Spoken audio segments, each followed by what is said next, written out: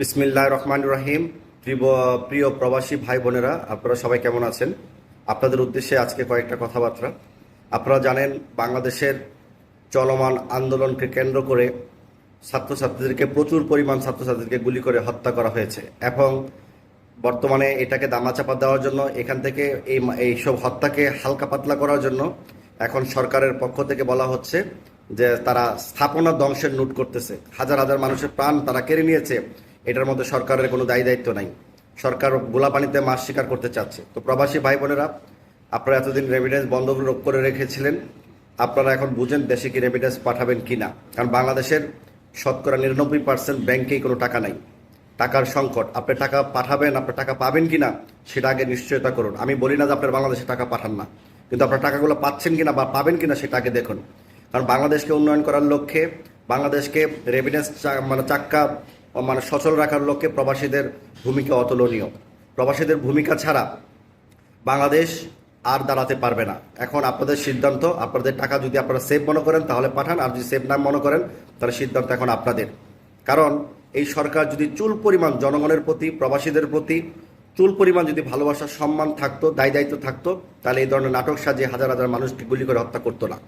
এখন তারা বলা হচ্ছে যে পুলিশের উপর আক্রমণ করেছে। আর পুলিশ কি আক্রমণ করেছে আগে নাকি ছাত্রছাত্রীরা আগে করেছে? এটা তো আপনারা সকলেই দেখেছেন, দেশবাসী দেখেছেন, সারা পৃথিবী দেখেছে।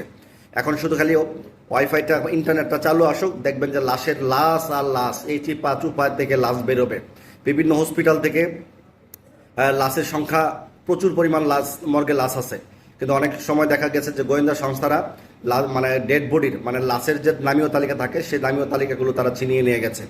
তো আমাদের ভাই বোনদেরকে এইভাবে গুলি করে হত্যা করেছে, দেশের নাগরিককে হত্যা করেছে, মুসলিমকে হত্যা করেছে। এটা অবশ্যই আমাদের মনে দাগ লেগেছে, কষ্ট লেগেছে, এবং এটা একটা অত্যন্ত জঘন্যতম, কাপুরুষতম কাজ এই সরকার করেছে। পুলিশদেরকে ব্যবহার করে, আমার মনে হয় না তারা বাংলাদেশের সব পুলিশ, তারা অবশ্যই কোনো ভারতীয় পুলিশ হতে পারে, কারণ ইউনিফর্ম পরালেই সবাই পুলিশ হয়ে যায় না। তাদের যে মর্মাহত আমরা দেখেছি, সরাসরি তারা গুলি করতেছে, সরাসরি একদম ফেস টু ফেস, একদম এম করে, ডাইরেক্ট এম করে গুলি করতেছে প্রকাশ্যে। হেলিকপ্টার থেকে গুলি করে তাদেরকে হত্যা করা হয়েছে। এবং এই লাশগুলো বিভিন্ন আনাচে কানাচে তারা এটা স্তূপ করে রেখেছে, এগুলোর হজম করার জন্য। ভাবছে যে ইন্টারনেট যদি আমরা দেরিতে করে ছাড়ি তাহলে হয়তো লাশগুলো পচে যাবে, শনাক্ত করা সম্ভব হবে না। এবং হাতির ঝিলের মধ্যে নাকি 100 লাশ বেশি উঠেছে। কাটা ছিঁড়া, এগুলার পানির মধ্যে ফেলা দিচ্ছে যাতে মাছ টাছ যাতে খেয়ে ফেলতে পারে, পোকামাকড় যাতে খেয়ে ফেলতে পারে। কারণ লাশ যদি কেটে ফেলে, হ্যাঁ, ভুড়ি টুরি যদি আওলায় ফেলে, পেট যদি ছিঁড়ে ফেলে, তাহলে তো সেই লাশ আর বাঁচবে না। তারপরও আল্লাহর কুদরতে লাশ কিন্তু অনেক বেঁচে গেছে।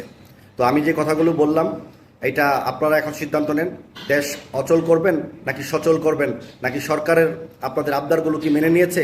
মেনে নেয় নাই, কখনো প্রবাসীদেরকে সম্মান করে নাই। প্রবাসী কি জিনিস সেগুলো এখন দেখানোর সময় হয়ে গেছে। সরকার যতক্ষণ পর্যন্ত ক্ষমা না চাইবে, যতক্ষণ পর্যন্ত দেশে উনি পদত্যাগ না করবে, ততদিন পর্যন্ত রেমিটেন্সের বিষয়গুলো প্রবাসীদের ভাবতে হবে। প্রিয় প্রবাসী ভাই বোনেরা, এখনও সময় আছে, এই দেশকে বাঁচান, দেশের মানুষকে বাঁচান, দেশের মানুষকে বাঁচান। কারণ দেশে যদি ভালো কোনো কমান্ড না থাকে, ভালো কোনো সরকার না থাকে, তাহলে এই দেশ ধ্বংসের প্রান্তে। আপনারা যতই রেমিটেন্স পাঠান না কেন, গরিব দুঃখী অসহায় মূর্খ অশিক্ষিত লোকেরা বিদেশে গিয়ে রেমিটেন্স পাঠাবে, লক্ষ হাজার কোটি টাকা পাঠাবে, আর সেই টাকা তারা দুর্নীতি করে বিদেশে পাচার করে ছেলে মেয়েদেরকে নিয়ে সুখে শান্তিতে থাকবে। সেই দিন আর এগুলো সহ্য করা যায় না, এগুলো আর মেনে নেওয়া যায় না। তো আপনারা যতটুকু পারেন আপনারা দেশের ভূমিকা পালন করেন, এই সরকারের পদত্যাগ দাবি করেন, আমরাও পদত্যাগ দাবি করছি। উন্নয়ন দিয়ে আমরা দুয়ে দুয়ে পানি খাবো না। এখন সারা বাংলাদেশের বিনিময়ে যদি আমরা এই হাজার হাজার শিক্ষার্থীর মৃত্যুর তাদের জীবন চাই, দিতে পারবে না। এখন সরকার ধামাচাপা দিচ্ছে। বিএনপি জামাতের উস্কানি ছিল, বিএনপি জামাত বিভিন্ন দল উস্কানি দিয়ে তাদেরকে এই পুলিশের উপর আক্রমণ করিয়েছে, দেশের ইকুইপমেন্ট জ্বালিয়েছে। একটা জিনিস মজার বিষয় দেখেন, আমি অনেক আগেও প্রতিবাদ করেছি, লাইভ করেছি, বাংলাদেশের ত্রাণ মন্ত্রণালয়ের কোনো প্রয়োজন নেই। বাংলাদেশে কোনো দুর্যোগ যদি হয়, দেশের মানুষই সহযোগিতা করে, সরকার সহযোগিতা করতে পারে, কিন্তু ওই মন্ত্রণালয়ের মাধ্যমে সহযোগিতা করতে হবে এমন কোনো বাধ্যকতা নাই।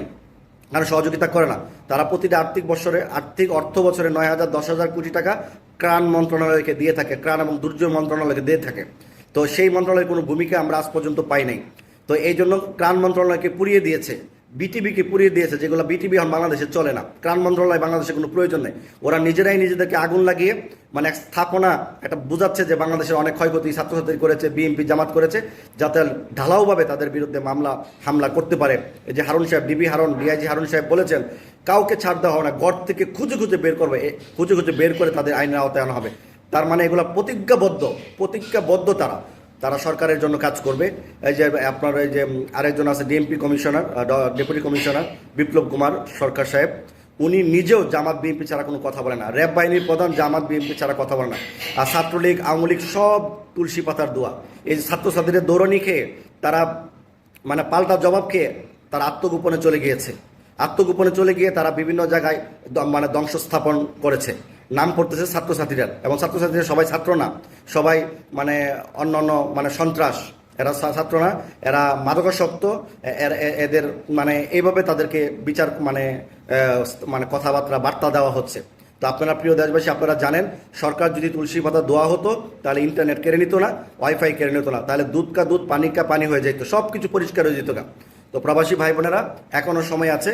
আমাদের ডিফেন্স, আমাদের সরকার, আমাদের প্রশাসন সবাই জনগণের সাথে বেইমানি করেছে। এখনও সময় আছে। আমি বাংলাদেশ সেনাবাহিনীকে বলছি, আপনারা যদি এরকমভাবে নির্দয়ভাবে জনগণের পাশে না মানে জনগণের ক্ষতি করেন, তাহলে একদিন এই বাংলাদেশের আর্মিদের অনেক বড় ক্ষতি হবে। আন্তর্জাতিক আদালতে আপনাদের মামলা হবে এবং জাতিসংঘ মিশন পর্যন্ত ক্যান্সেল হবে। তা আমরা চাই না সৈনিক ভাইদের যারা আর্মি মিশনে যান তাদের আপনাদের কপালটা পুড়ে যাক। তো এখনও সময় আছে, আপনারা জনগণের পাশে থাকুন। সরকারের কথা অর্ডার চললে জনগণের পক্ষ হয়ে জানান। এই ছাত্রছাত্রীদের হত্যার প্রতিবাদ আপনারা জানান। এগুলো আপনাদের ভাই, আপনাদের বোন, আপনাদের ছেলে, এই সন্তানগুলোর মানে হত্যা করা মানে আমাদের দেশের ভবিষ্যৎ প্রজন্মকে ধ্বংস করা, আগামী রাষ্ট্র পরিচালনাকে ধ্বংস করা। কারণ একটা ইউনিভার্সিটির ছাত্রছাত্রী সব বাংলাদেশের সবচেয়ে ব্রিলিয়ান্ট অফিসার, যারা এই যে যারা গুলি করেছেন তাদের চেয়ে হাজার গুণে তারা ব্রিলিয়ান্ট ছাত্র। তো অতএব আমি প্রবাসী ভাই বন্ধুদেরকে বলবো, যতক্ষণ পর্যন্ত সরকার পদত্যাগ না করে, যতক্ষণ পর্যন্ত জাতির কাছে উনি ক্ষমা না চায়, ততক্ষণ পর্যন্ত আপনার রেভিনেন্স দেশে পাঠাবেন কিনা সিদ্ধান্ত আপনাদের। ধন্যবাদ সবাইকে। আসসালামু আলাইকুম।